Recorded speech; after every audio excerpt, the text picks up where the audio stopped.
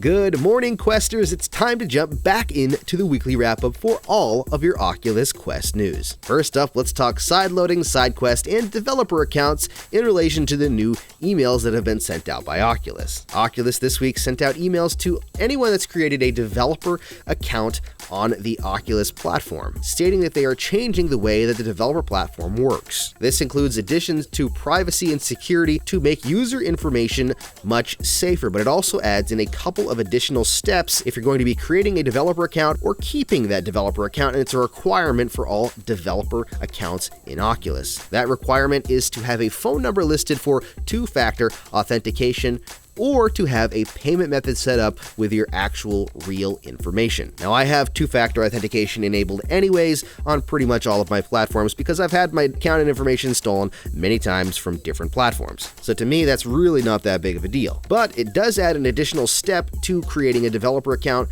and it's a requirement that by early next year, all developer accounts verify their account information using one of these methods, so I'm sure there's people out that are probably going to take issue with these requirements. But the big question is this going to affect sideloading, Sidequest, mods, and the plethora of other awesome content that comes out of the ability to sideload to the Oculus Quest? Although Oculus hasn't directly addressed this, let me put your mind at ease. Any individual can be creating a game, so I don't believe developer accounts are going to go away or they're going to restrict them to certain people. As far as sideloading and Sidequest goes, I don't believe it's going to affect that at all, and let me tell you why. The why all comes down to Sidequest and the fact that they are working with Oculus to create a brand new system. In a Reddit post in the Oculus Quest subreddit originally asking a question about Oculus developer accounts verification, which I just mentioned about two-factor authentication, there was a conversation that happened that included the developer of Sidequest, and he said, "We are working with them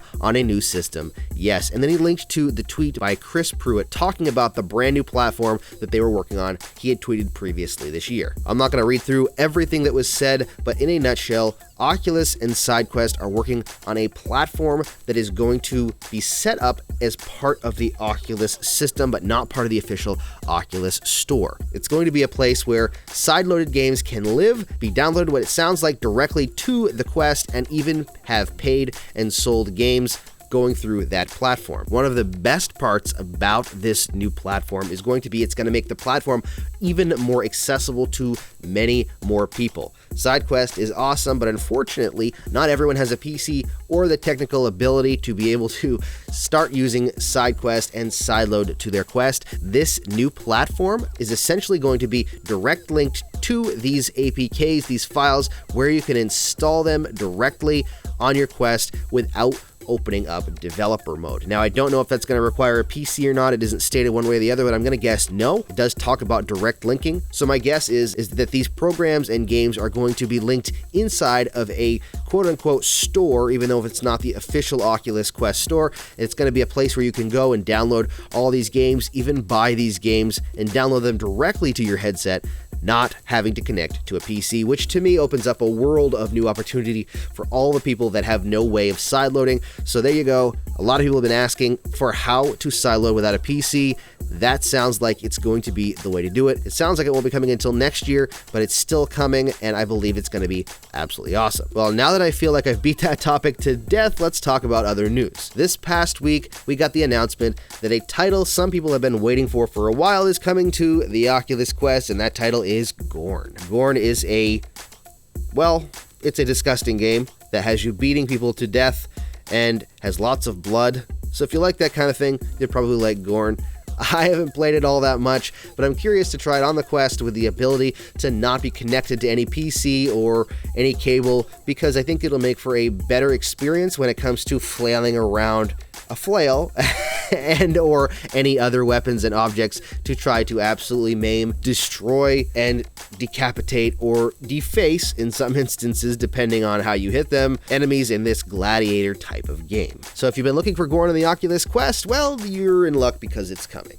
Also, this week, Until You Fall actually got its release date, which will be 9/29, which means the end of this month we're going to see Until You Fall on the Oculus Quest, another game made for flailing around and slicing with blades, so this will be great for areas where you wouldn't necessarily normally be playing PC VR games. This past week also saw an update for the Oculus Quest in the form of a brand new home environment, and I took the time to actually explore that home environment in full room scale so you can see exactly what it looks like. I'll put a link to the video in the description, but essentially it is my favorite Oculus Quest home environment so far. It is really cool, and it's called Cyber City. Connect kicks off on Wednesday of next week, and I am super thrilled to see exactly what they're going to announce. I've been waiting on pins and needles along with everyone else, and I'm excited to finally see what's coming out of Oculus. I'm actually going to be watching it live with Gamertag VR over on his channel, which I will link to in the description. Please join us and watch it live. We'll be talking about it before.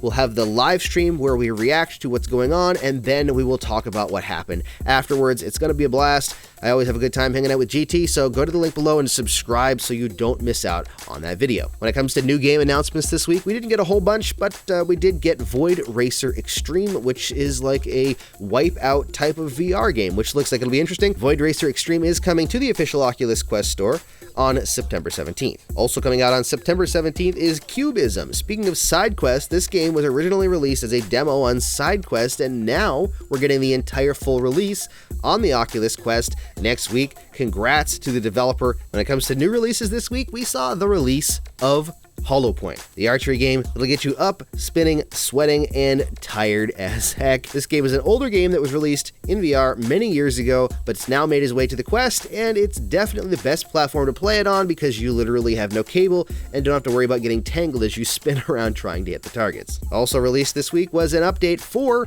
Vacation Simulator called Back to Job, where you'll be taking gigs in Vacation Simulator because, well, you're the only person to work while all the bots are on vacation. Also, I wanted to mention that this past week I jumped into the VR MMO Elysia with the developers, and I had a blast hanging out with them. They showed me around. I've got a video coming out next week that really dives more into what you can expect from Elysia, but they are currently seeking funding on Kickstarter. They are like really close to being there, and I know they've got some stretch goals that would be awesome to hit as well. So please, if you're interested in a massive multiplayer online role-playing game that'll be cross-play between the Quest and PC VR, jump to the link down in the description and back this project. It's a really cool project with some really passionate people behind it, and I can't wait to see where the project goes. Well, that is all of the news and updates I have for you this week. If I missed something, let me know down in the comments. Also, what are your predictions for Connect? What do you think is going to happen? What's going to be announced? Let me know down in the comments. If you want to get the most out of your Quest, don't forget to hit that subscribe button and the bell icon for notifications. Plus, you can find even more of my videos